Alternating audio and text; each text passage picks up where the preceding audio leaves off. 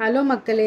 இந்த வீடியோ என்னன்னு பார்த்தீங்கன்னா இப்போ 2 நாளுக்கு முன்னாடி கோவையில இந்த சின்ன குழந்தைய ரேப் பண்ண அந்த நாய் இருக்கான்ல, அந்த நாய பத்தி தான் இந்த வீடியோ. அந்த நாய்க்கு சின்ன சின்ன தண்டனைலாம் குடுக்கக்கூடாது. இன்னைக்கு அவங்க அம்மா அந்த குழந்தையோட அம்மா இந்த போஸ்ட்மார்ட் பண்ணி அந்த குழந்தையோட பாடிய குடுத்துருக்காங்க. அவங்க வீடியோல பேசியிருக்காங்க. என் குழந்தைக்கு நீட்டு முடி இருக்கும். அந்த முடியிலேயே கழுத்தை சுற்றி அவன் ஏதோ சாவடிக்க முயற்சி பண்ணியிருக்கான், சாவடிச்சிருக்கான். ரேப் பண்ணது இல்லாமல் அந்த குழந்தைய ரொம்ப கொடூரமாக சாவடிச்சிருக்கான். எப்படி அந்த நாய்க்கு மனசு வந்திருக்கும்? ஒரு சின்ன குழந்த, 10 வயசு குழந்த, எப்படி வளர்ந்துருப்பான் அவன்?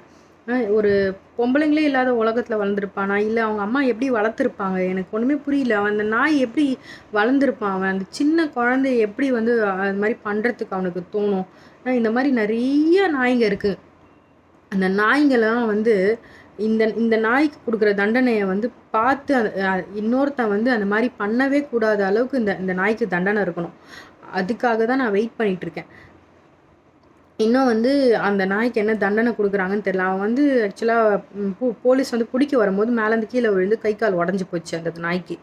அந்த கை கால் உடஞ்சதோடையே விட்டுருக்கணும். அந்த ஃப்ராக்சரோட வலி ரொம்ப பெயின்ஃபுல், ரொம்ப வலியாக இருக்கும். அதே அவனுக்கு ஒரு ட்ரீட்மெண்ட்டோ ஒரு பெயின் கில்லர் எதுவுமே கொடுத்துருக்கக்கூடாது. அதே அந்த இதுலேயே அப்படியே சாவடிச்சிருக்கணும்.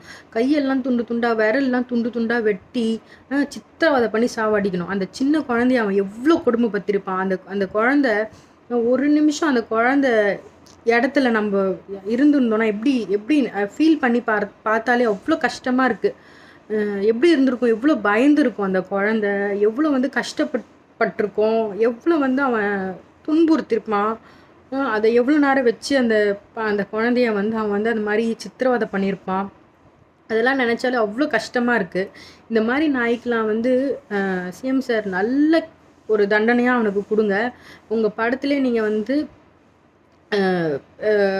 பயங்கரமான ஒரு தண்டனை கொடுத்துருப்பீங்க அந்த தெறி படத்தில். அந்த மாதிரி தண்டனை இருக்கணும். அது எல்லா சோஷியல் மீடியாலையுமே வரணும். அடுத்த ஒருத்தன் கை வைக்கிறதுக்கே இது பண்ணணும். அந்த தூக்கு தண்டனை, ஆயுள் தண்டனை, ஷூட்டிங் ஆர்டர் இதெல்லாம் இருக்கவே கூடாது.